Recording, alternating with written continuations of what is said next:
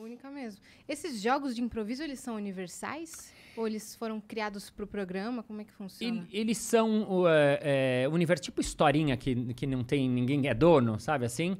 Porque, assim, vários desses jogos foram inventados na década de 60, 70 por um cara chamado Keith Johnston, no Canadá. Ele inventou isso para quê? Para trabalhar os atores, ele sentia que precisava trabalhar a espontaneidade dos atores. Então ele começou a fazer alguns jogos, alguns exercícios, inventou alguns, e ele teve a ideia de apresentar isso fora da sala de aula, era uma universidade. Então ele foi lá no campus, ali num lugar, na quadra de basquete, e começou a apresentar para as pessoas que estavam passando. Ele começou a ver que as pessoas gostavam muito, porque não estava pronto. Quando dava errado, era muito legal. Quando dava certo, também era muito legal. E a plateia gostava de ver essa coisa que é inacabada, que ela tá vendo ser criada. E que você não sabe se a cena vai durar 30 segundos ou 3 minutos. Também. Sim. Em algum momento vai rolar uma piada e vai acabar, ou não vai rolar uma piada e a cena vai acabar, e enfim. A plateia fica assim. E aí ele falou, nossa, isso é muito legal. Se eu começasse a fazer isso como um espetáculo mesmo, porque o improviso... Caramba, isso foi quando? Desculpa? Década de 60. Caramba. Porque assim, para falar histórica e de conceito, o improviso, como ferramenta no teatro, ele sempre existiu. Para a criação de um personagem, para a criação de uma história, para fazer uma peça nova. Então é muito comum um grupo de teatro falar, bom, hoje a gente vai trabalhar, a gente quer fazer uma peça sobre adolescentes. Então, o diretor falou, vamos lá, vamos fazer pequenas improvisações sobre... Vamos lá, vocês dois são dois adolescentes, valendo. E ele improvisa. Então, é uma ferramenta. O que começou a acontecer é que isso que era ferramenta de sala de ensaio começou a ser mostrado para a plateia. Então, a plateia começou a ver a criação acontecendo ali na hora. Aí que a gente está falando desse improviso que é mais moderno, mais contemporâneo, na década de 60, de 70, que começou a se popularizar. Daí, respondendo a sua pergunta dos jogos, e então começaram a se criar vários jogos, vários grupos começaram a jogar os jogos, e aconteceu aqui a mesma coisa. A gente começou a jogar os jogos que eu tinha visto na França, quando eu morei lá, que eram os primeiros. Eu conhecia 4 jogos. Então, o primeiro espetáculo que eu fiz jogando no quintal tinham 4 jogos que eu tinha visto na França, mais 2 que a gente inventou. Então, a gente inventou 2 jogos. Que eram quais? Que era um deles, é um jogo que eu adorava, que era o jogo mais difícil de todos, que chamava Jogo dos 10 Segundos. A gente falava a improvisação mais rápida do mundo. Que era o quê? Tá lá o jogador, né, o improvisador, que era um palhaço à época também, porque o Jogando no Quintal era uma mistura de palhaço e improviso, então tá o palhaço sozinho ali e a gente pede um tema para a plateia. Então a plateia dá um tema, o tema é coelho, o tema é noite no parque, o tema é Paranapiacaba. E aí o jogador ele tem 10 segundos para fazer uma cena com esse tema que ele recebeu ali na hora. É só 10 segundos.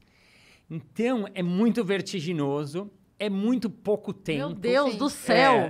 Até a gente, depois fazendo muitos anos, sempre a gente ficava nervoso claro. Nesse.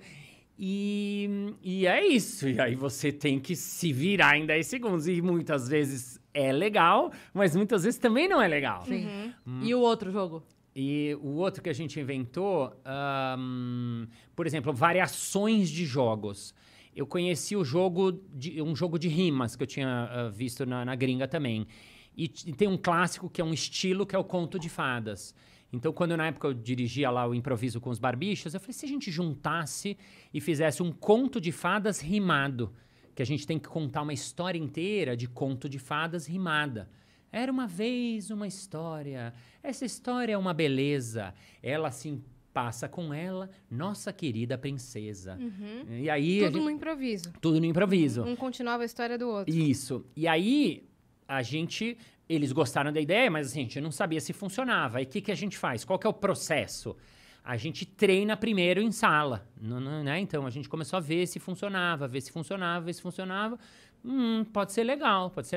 Aí, a gente mostra. Aí, a gente colocava no espetáculo.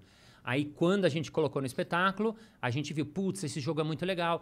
Olha, algumas horas a gente pode ficar em silêncio também, que é legal, com o músico fazendo um fundo. Aí a gente faz de novo, já melhorando o jogo. Aí a gente de novo assiste. Olha, isso foi legal, isso funciona. Olha, essa hora o narrador, pode ter um narrador, pode ter o personagem, pode ser a princesa, pode ser o dragão. E aí a gente faz de novo, até que depois de, 5, 10 vezes que você fez, experimentou, né? Aí o jogo vai ficando bom, Aí, ele eventualmente é um novo jogo que acontece. Então, por exemplo, Esse é um foi, jogo. foi no seu primeiro grupo de improviso? O Conto de Fadas foi no segundo, que foi com eu tô misturando as duas coisas, né? O meu primeiro grupo foi o Jogando no Jogando Quintal. no Quintal. Esse foi o grupo que a gente começou a pesquisa do improviso no Brasil, assim, pelo menos para aprofundar. Foi um dos grupos, ou o grupo que começou a fazer ele profundamente.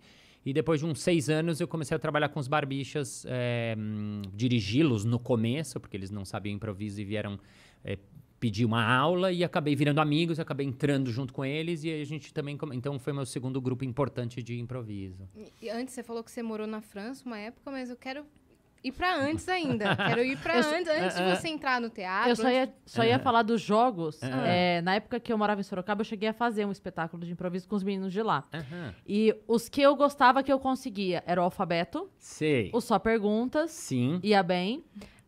E um que eu acho maravilhoso, mas eu me perdia sempre, era o Pra Trás, Pra Frente. Frente e trás, sim. Esse é desesperador. É desesperador. Qual que é esse? Você vai contando uma história e aí o MC, ele manda você pra trás ou pra frente. Então, e aí, a partir desse momento, você tem que voltar às frases que foram ditas.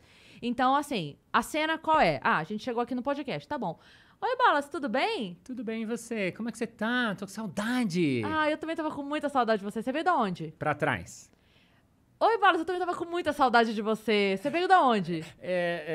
Tudo bem, e você? Como é que você tá? Então, a gente veio fazer o podcast aqui, tava aqui com o Balas. Oi, Balas. Pra frente. Entendi. Esse é difícil pra É caramba. muito. Esse você tem que estar concentrado. E aí você tem que lembrar o que a pessoa falou imediatamente antes de você o tempo todo. Porque você pode ter que voltar. E às vezes o mestre de cerimônia manda voltar 2 minutos. E ele fica aqui, ó. Pra trás, Vai lá, que eu quero ver até onde vocês vão. E o alfabeto tem que começar a frase com a letra do alfabeto. Ah, tá. Mas, pra mim, o mais difícil ainda é o que não fazer. Há Blá. coisas que não deve fazer num avião. Eu penso, não sei, gente. Esse é difícil de pensar na hora, né? Esse é bem difícil. Mas Tem que ter uma mente muito, assim, insana pra pensar. O que fazendo dentro do avião seria escroto? Sim. Pra daí você fazer o que não O fazer. contrário, sim. Mas eu lembro que a gente tava na escola quando o programa de improviso foi pro auge e tal, e a gente replicava as brincadeiras, a gente sentava no recreio e ficava brincando de completar a história e tal, então a gente fazia jogos de improviso, e meu segundo contato com o improviso foi porque eu comecei a fazer teatro na escola, e a minha professora de teatro, a Camila Graziano, ela era do improviso. E então ela dava aula de teatro bem baseada nisso, e me apresentou esse mundo, foi muito interessante, massa. foi muito legal. Foi isso bom pra minha formação. muito legal. Eu sempre falo que eu acho que o improviso, tanto o improviso como o balé, deviam ser matérias obrigatórias na escola, porque é muito legal para o desenvolvimento da pessoa, mesmo que depois ela não vai fazer nada disso, mas você aprende muita coisa que é muito legal para um moleque aprender, que é... Até pro trabalho, né? Sim. Essa capacidade de você aceitar o plano do outro, de Sim. você abraçar, de você se dedicar a uma Escutar. ideia. Nossa! Sim. Uhum, você tem que primeiro escutar o que aquela pessoa falou pra você, depois falar a sua. Sim. Isso já é uma aula pra escola, tá ótimo.